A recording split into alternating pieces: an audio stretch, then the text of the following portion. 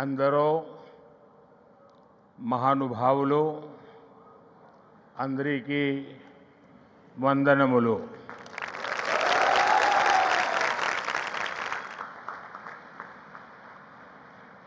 मुख्यमंत्री श्री चंद्रबाबू नायडू, केंद्र में मेरे सहयोगी राम मोहन नायडू, जी किशन रेड्डी, भूपति राजू, श्रीनिवास वर्मा, सचिन तेंदुलकर जी, डिप्टी सीएम पवन कल्याण जी, राज्य सरकार में मंत्री नारा लोकेश जी, श्री सत्य साई सेंटर ट्रस्ट के मैनेजिंग ट्रस्टी आर.जे. रत्नाकर जी, वाइस चांसलर के चक्रवर्ती जी, ऐश्वर्या जी, अन्य सभी महानुभाव, देवी और सज्जनों, साईं राम। साथियों, आज इस पावन भूमि पुट्टपर्थी में आप सभी के बीच उपस्थित होना मेरे लिए एक भावात्मक और आध्यात्मिक अनुभव है। मुझे कुछ देर पहले बाबा की समाधि पर श्रद्धा सुमन अर्पित करने का अवसर मिला। उनके चरणों में नमन करना, उनका आशीर्वाद प्राप्त करना, ये अनुभव हमेशा हृदय को भावनाओं से भर देता है। साथियों, श्री सत्य साई बाबा का यह जन्म शताब्दी वर्ष हमारी पीढ़ी के लिए सिर्फ एक उत्सव नहीं, यह एक दिव्य वरदान है। आज भले ही वे हमारे बीच दैहिक स्वरूप में नहीं है, लेकिन उनकी शिक्षा, उनका प्रेम, उनकी सेवा भावना आज भी करोड़ों लोगों का मार्गदर्शन कर रही है। 140 से ज्यादा देशों में लाखों जीवन नए प्रकाश, नई दिशा और नए संकल्प के साथ आगे बढ़ रहे हैं। साथियों, श्री सत्य साई बाबा का जीवन वसुधैव कुटुंबकम का जीवंत स्वरूप था। इसलिए उनका ये बर्थ सेंटिनरी वर्ष हमारे लिए यूनिवर्सल लव, पीस और सर्विस का महापर्व बन गया है। हमारी सरकार का सौभाग्य है कि आज इस अवसर पर 100 रुपये का स्मृति सिक्का और डाक टिकट भी जारी किया गया है। इस सिक्के और डाक टिकट में उनके सेवा कार्यों का प्रतिबिंब है। मैं इस शुभ अवसर पर दुनिया भर में फैले सभी श्रद्धालुओं, साथी सेवकों और बाबा के भक्तों को हृदय से बधाई और शुभकामनाएं देता हूं।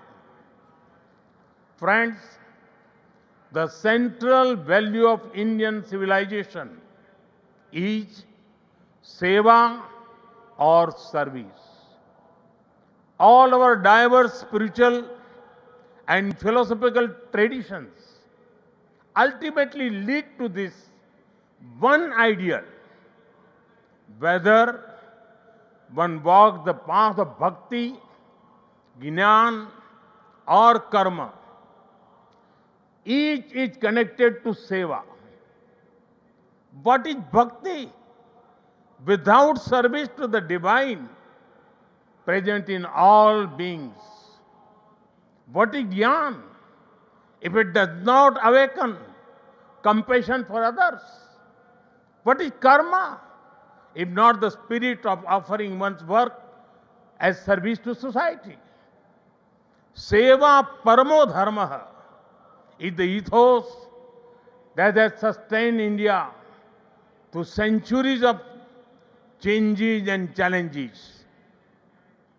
It has given our civilization its inner strength. Many of our great saints and reformers have carried forward this timeless message in was suited to that times. Sri Satya Sai Baba placed seva at the very heart of human life. He often said, love all, serve all. For him, seva was love in action. His institutions in education, healthcare, rural development, and many such areas stand as living proof of this philosophy. They show spirituality and service are not separate but different expressions of the same truth.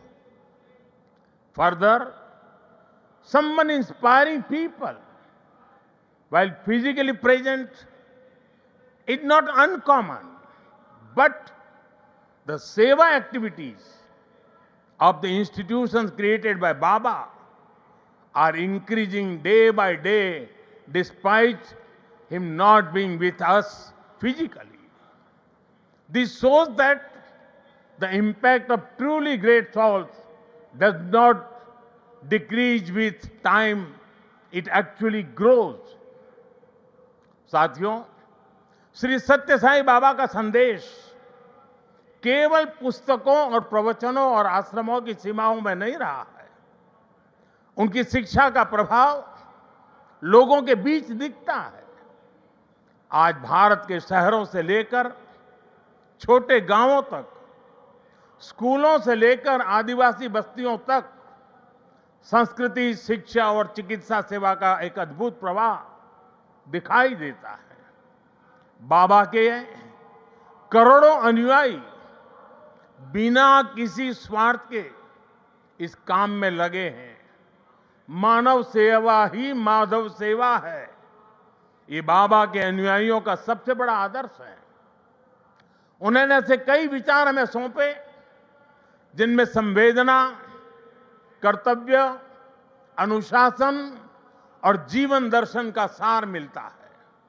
वो कहते थे, help ever, hurt never, less talk, more work. हम सभी के मन में आज भी श्री सत्य साई बाबा के ऐसे जीवन सूत्र गूंजते रहते हैं। साथियों, साई बाबा ने अध्यात्म का उपयोग समाज और जन कल्याण के लिए किया। उन्होंने इसे निष्काम सेवा, चरित्र निर्माण और मूल्य आधारित शिक्षा से जोड़ा। उन्होंने किसी मत या सिद्धांत पर अपनी शक्ति नहीं लगाई। उन्होंने गरीबों की सहायता की और उनके दुखों को दूर करने के लिए कार्य किया। मुझे याद है, गुजरात के भूकंप के बाद पीड़ितों को राहत पहुंचाने में बाबा का सेवा दल और सारे सेवाव्रती आगे की पंक्ति में आकर के खड़े हो गए। उनके अनुयायी पूरी निष्ठा से कई दिनों तक सेवा में जुटे रहे। उन्होंने प्रभावित परिवारों तक सहायता पहुंचाने, आवश्यक सामग्री उपलब्ध कराने और मानसिक सामाजिक सहयोग देने में महत्वपूर्ण योगदान दिया। साथियों, एक मुलाकात में अगर किसी का हृदय पिघल जाए, किसी के जीवन की दिशा बदल जाए, तो इससे उस व्यक्ति की महानता का पता चलता है। आज यहां इस कार्यक्रम में भी हमारे बीच ऐसे कई लोग हैं जिन पर सत्य साई बाबा के संदेशों का गहरा असर हुआ और उनका पूरा जीवन बदल गया। साथियों, मुझे संतोष है कि श्री सत्य साई बाबा की प्रेरणा से साई सेंट्रल ट्रस्ट और उससे जुड़े संगठन सेवा को ऑर्गेनाइज, इंस्टीट्यूशनल और लॉन्ग टर्म व्यवस्था के रूप में आगे बढ़ा रहे हैं, आज एक व्यवहारिक मॉडल के रूप में हमारे सामने है। आप सभी पानी, housing, health care, nutrition, disaster support और क्लीन एनर्जी जैसे क्षेत्रों में अद्भुत कार्य कर रहे हैं। मैं कुछ सेवा कार्यों का विशेष तौर पर जिक्र करना चाहूंगा। जैसे रायलसीमा में पीने के पानी की गंभीर समस्या थी, तब ट्रस्ट ने 3000 किलोमीटर से ज्यादा लंबी पाइपलाइन बिछाई। ओडिशा में बाढ़ प्रभावित परिवारों के लिए 1000 मकान बनाए। जो गरीब परिवार पहली बार श्री सत्य साई अस्पतालों में आता है, वो देखकर दंग रह जाता है कि अस्पताल में बिलिंग का कोई काउंटर ही नहीं है। यहां इलाज भले मुफ्त है, लेकिन मरीजों और उनके परिजनों को किसी असुविधा का सामना नहीं करना पड़ता। साथियों, आज ही यहां 20,000 से ज्यादा बेटियों के नाम पर सुकन्या समृद्धि योजना के खाते खोले गए हैं। इससे उन बेटियों की शिक्षा और सुरक्षित भविष्य सुनिश्चित हुआ है। साथियों, भारत सरकार ने 10 साल पहले बेटियों की शिक्षा को ध्यान में रखते हुए उनके उज्जवल भविष्य के लिए ये सुकन्या समृद्धि योजना शुरू की थी। ये देश की उन योजनाओं में से एक है जिसमें 8.2% का सबसे ज्यादा इंटरेस्ट रेट हमारी बेटियों को मिलता है। अब तक देश की 4 करोड़ से ज्यादा बेटियों के खाते सुकन्या समृद्धि योजना के तहत खोले जा चुके हैं। और आपको ये जानकर खुशी होगी कि अब तक इन बैंक अकाउंट्स में 3.25 लाख करोड़ रुपए से ज्यादा की राशि जमा कराई जा चुकी है। ये प्रयास बहुत अच्छा है कि श्री सत्य साई परिवार ने यहां 20,000 सुकन्या समृद्धि खाते खुलवाने का नेक काम किया है। वैसे मैं काशी का सांसद हूं, तो एक उदाहरण वहां का भी दूंगा। पिछले साल फरवरी में हमने वहां 27,000 बेटियों के सुकन्या समृद्धि खाते खुलवाए थे और हर बेटी के बैंक खाते में 300 रुपये भी ट्रांसफर किए गए थे। बेटियों की एजुकेशन और बेहतर भविष्य में सुकन्या समृद्धि योजना बड़ी भूमिका निभा रही है। साथियों, देश में पिछले 11 वर्ष में ऐसी अनेक योजनाएं शुरू हुई है जिन्होंने नागरिकों की सामाजिक सुरक्षा को, सोशल सिक्योरिटी कवच को बहुत मजबूत कर दिया है और देश के गरीब, वंचित निरंतर सोशल सिक्योरिटी के दायरे में आ रहे हैं। 2014 में देश में 25 करोड़ लोग ही सोशल सिक्योरिटी के दायरे में थे। आज मैं बड़े संतोष के साथ कहता हूं और बाबा के चरणों में बैठकर के कहता हूं, आज ये संख्या करीब करीब 100 करोड़ तक पहुंच चुकी है। भारत की गरीब कल्याण की योजनाओं की, सोशल सिक्योरिटी देने वाली योजनाओं की विदेशों तक सभी इंटरनेशनल फोरम में चर्चा हो रही है। साथियों, आज ही यहां मुझे गोदान के कार्यक्रम में सहभागी होने का भी अवसर मिला है। ट्रस्ट द्वारा 100 गायें गरीब किसान परिवारों को दी जा रही है। हमारी परंपरा में गौ माता को जीवन, समृद्धि और करुणा का प्रतीक माना गया है। ये गायें इन परिवारों की आर्थिक, पोषण संबंधी और सामाजिक स्थिरता में सहायक होगी। साथियों, गौ माता के संरक्षण से समृद्धि का संदेश देश विदेश के कोने कोने में दिखता है। कुछ वर्ष पहले राष्ट्रीय गोकुल मिशन के तहत वाराणसी में 480 से ज्यादा गीर गायें वितरित की थी। और मेरा एक नियम था कि जो पहली बछड़ी होती थी वो मैं वापस लेता था और दूसरे परिवार को देता था। आज वाराणसी में गीर गायों और बछड़ों की संख्या लगभग 1700 हो गई है। और वहां हमने जो एक परंपरा शुरू की है, जो गाय वहां वितरित की गई है, उनसे पैदा हुआ मादा बछिया को दूसरे इलाके के किसानों को मुफ्त दिया जाता है। इसलिए इन गायों की संख्या भी बढ़ रही है। मुझे याद है 60-8 साल पहले अफ्रीका में रवांडा की यात्रा के दौरान मैं एक गांव में वहां गया था और वहां भारत की 200 गीर गायें भेंट की थी। और ये दान देने वाली परंपरा वहां भी है। वहां गिरिंका नाम की प्रथा है, जिसका अर्थ है मे यू हैव अ काऊ। इसमें गाय से पैदा होने वाली पहली मादा बछिया को पड़ोसी परिवार को दान देता होता है। इस प्रथा से वहां न्यूट्रिशन, मिल्क प्रोडक्शन, इनकम और सोशल यूनिटी बढ़ी है। साथियों, ब्राजील ने भी भारत की गीर और कांकरेज नस्लों को अपनाकर उन्हें आधुनिक तकनीक और वैज्ञानिक प्रबंधन के साथ आगे बढ़ाया है और आज वे बेहतर डेयरी परफॉर्मर्स का स्रोत बन गई है।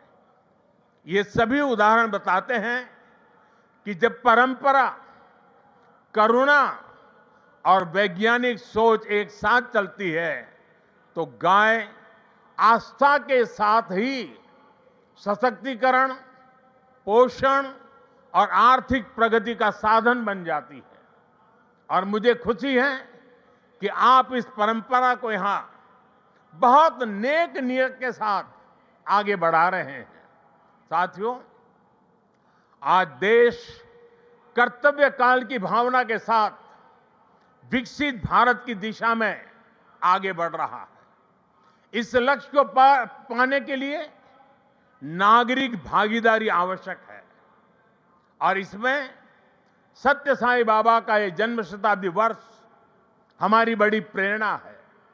मेरा आग्रह है कि इस वर्ष हम विशेष तौर पर वोकल फॉर लोकल के मंत्र को मजबूत करने का संकल्प लें। विकसित भारत बनाने के लिए हमें लोकल इकोनॉमी को बढ़ावा देना ही होगा।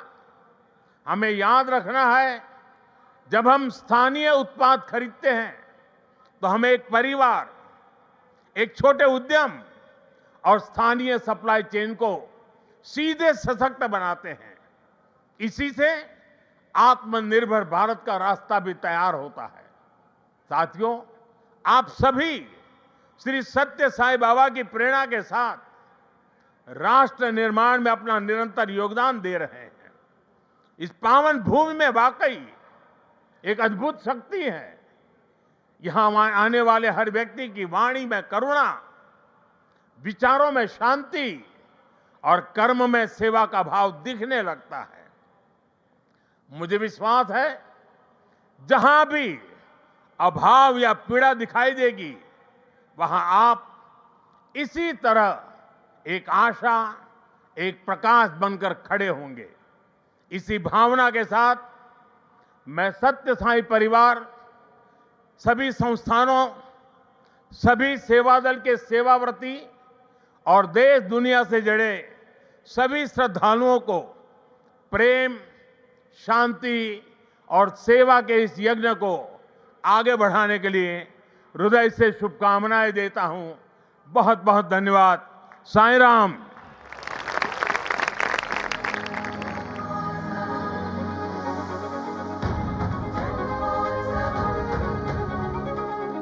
Sai Ram. We thank our Honorable Prime Minister for inspiring us to rededicate ourselves to the path of service with the dictum Seva Sarvo Dharmaha.